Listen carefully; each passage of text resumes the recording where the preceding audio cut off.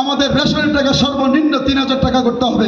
এবং মরহুম প্রেসিডেন্ট জিয়াউর রহমান আমার বাড়িতে, আমার নানার বাড়িতে গিয়ে মরহুম প্রেসিডেন্ট ওইখানে গিয়েছেন, আমি ওনার কোলে বসার সুযোগ হয়েছিল একটু অনুষ্ঠান উপহার দেওয়ার জন্য। আপনারা যদি না আসতেন এই অনুষ্ঠান এত সুন্দর হতো না।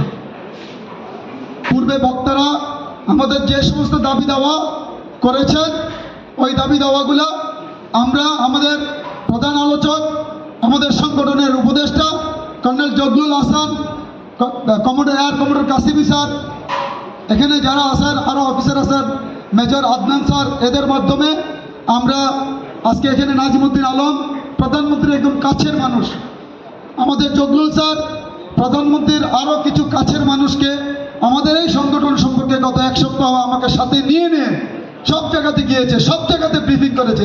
তার মানে এরা বক্তৃতার মধ্যে প্রকাশ করতে হবে না ইনশাআল্লাহ। তারেক রহমানের কাছে আমাদের এই বার্তা পৌঁছে গেছে। আমরা কি চাই, সরকার কি চায়, রাষ্ট্র কি চায়। আমি আজকে মাননীয় প্রধান অতিথি জনাব নাজিমুদ্দিন আলমকে বলবো, এই সশস্ত্র বাহিনীর সদস্যরা এমন কোনো কাজ নাই তারা করতে পারে না। সরকার যদি ইচ্ছে করে এই সমস্ত সদস্যদেরকে দিয়ে রাষ্ট্রের উন্নয়নমূলক যত কর্মকাণ্ড আছে তা বাস্তবায়ন করতে পারে। আপনি যদি দেশে অরাজকতা, দেশে যদি দুর্নীতি রোধ করতে চান, আপনারা প্রত্যেকটা সেক্টরে অবসরপ্রাপ্ত সশস্ত্র বাহিনীর সদস্যদেরকে কাজে লাগান, তাহলে তারেক রহমানের আগামী ৫ বছরের সরকার চালানোটা হবে নিখুঁত এবং নির্ভুল, আমি আশা করি ইনশাআল্লাহ। আমাদের এই মেসেজ রাষ্ট্রপ্রধানের কাছে গত সরকারের আমলে নেওয়ার জন্য এই আপনারা যারা আমাদের সামনে আছে, আমার কেন্দ্রীয় কমিটি যারা সদস্য আছে, আমরা বহু চেষ্টা করেছি, কিন্তু বিগত সরকার আমাদের এই কথাগুলোর কোনো মূল্য দেয় নাই। আমাদের অনেক সদস্য আমাদের কালো কোট গায়ে দিতে হয়েছে যে আমাদের দাবি দাওয়া আদায়ের জন্য। আজকে আমাদেরকে অনেকে ট্যাগ লাগায় আমরা আওয়ামী লীগের, কিন্তু আমরা জন্মগতভাবে একটা পরিবারের সদস্য। সাবেক রাষ্ট্রপতি, আমাদের সাবেক প্রধানমন্ত্রী, সাবেক রাষ্ট্রপতি মরহুম প্রেসিডেন্ট জিয়াউর রহমান একজন সৈনিক ছিলেন, বেগম খালেদা জিয়া একজন সৈনিকের স্ত্রী ছিলেন, জনাব তারেক রহমান একজন সৈনিকের সন্তান। তাহলে আমাদের তাদের কাছেও আমাদের দাবি আছে, আমাদের দাবিও তাদের কাছে আছে। আমি আজকের প্রধান অতিথির মাধ্যমে আমার যে বক্তব্যটা, টোটাল বক্তব্যটা আমি ওনার কাছে জগলুল স্যার সহকারে গিয়ে পৌঁছাবো। ওনার কাজ হলো এই মেসেজগুলা আমাদের প্রধানমন্ত্রী তারেক রহমানকে আপনি সরাসরি বলবেন, কারণ কোনো মিডিয়া আমাদের কোনো কাজ করবে না।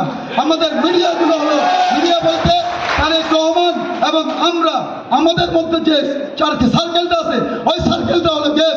কারণ আপনারা রাজনীতিবিদ, আপনি 1979 সালে জাতীয় ছাত্র দলে যোগ দিয়েছেন, আমরাও 1979 সালে মরহুম প্রেসিডেন্ট জিয়াউর রহমান আমার বাড়িতে, আমার নানার বাড়িতে গিয়ে মরহুম প্রেসিডেন্ট ওইখানে গিয়েছেন, আমি ওনার কোলে বসার সুযোগ হয়েছিল। আমরা জানি আমার মামা মরহুম ওমর আহমেদ মজুমদার জাতীয় সংসদের সদস্য ছিলেন, কুমিল্লা 11 258 কুমিল্লা 11 সংসদ সদস্য ছিলেন। সম্মানিত সুধী, আমাদের আজকের যে অনুষ্ঠানটা এটা হলো ওয়ান র্যাঙ্ক ওয়ান পে বাস্তবায়ন করা, যেটা তারেক রহমান নির্বাচনের আগে ইশতেহারে দিয়েছেন। এখন আমরা দেখতে চাই তা বাস্তবায়নে কতটুকু আগেছে। আমরা বাস্তবায়ন করতে বলেছে, এজন্য 5 বছর বসে থাকবো, এটা হবে না। আমাদেরকে বাস্তবায়নের জন্য একটা কর্মকাণ্ডটা আগাইতেছে, এটা আমাদেরকে অখিপাল করতে হবে। দ্বিতীয়ত, সামান্য একটা ব্যাপার, রেশন। একটা লোক 1000 টাকা দিয়ে কখনো তার পরিবার চলতে পারে না। সেনাবাহিনীতে ভর্তির সময় আমাদেরকে বলেছে রিটায়ারমেন্টের পরে আমাদেরকে রেশন প্রদান করা হবে। কি কারণে রেশন বন্ধ হয়েছে আমি জানি না। আমরা চাই আমাদেরকে রেশন প্রদান করা হোক, অথবা রেশনের সমমূল্য পরিমাণ টাকা আমাদেরকে বরাদ্দ দেওয়া হোক।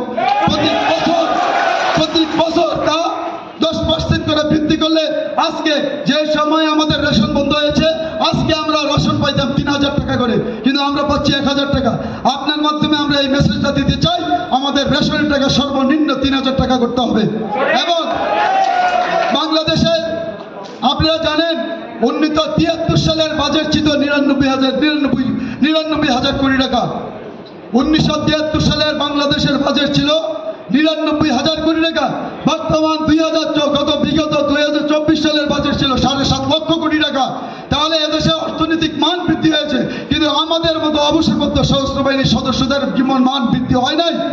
আপনার মাধ্যমে আমরা আমাদের জীবন মান বৃদ্ধি করার জন্য কি করতে হবে, আমরা এই মেসেজটা জনাব তারেক রহমান, সরাসরি তারেক রহমানের কাছে দেওয়ার জন্য বিনীত অনুরোধ করছি। সবাইকে ধন্যবাদ। আজকের এই অনুষ্ঠান কৃতকর্মা, আজকের এই অনুষ্ঠান সুন্দর এবং সফলভাবে করার জন্য যে যেখান থেকে আমাদেরকে সহযোগিতা করেছেন, বিশেষ করে কেন্দ্রীয় কমিটির সভাপতিগণ, জেলা কমিটির সভাপতিগণ, অনেক উপদেষ্টাগণ আমাদেরকে অর্থ দিয়ে, সময় দিয়ে, বুদ্ধি দিয়ে পরামর্শ দিয়েছেন। কেন্দ্রীয় কমিটির পক্ষ থেকে আমি সবার কাছে, সকলের কাছে কৃতজ্ঞতা প্রকাশ করছি। ইনশাল্লাহ আমরা আবার ডাকলে আবার আসবেন। আগামীবারে লোক হবে 5,000 ইনশাল্লাহ। আনতে পারবেন? সবাইকে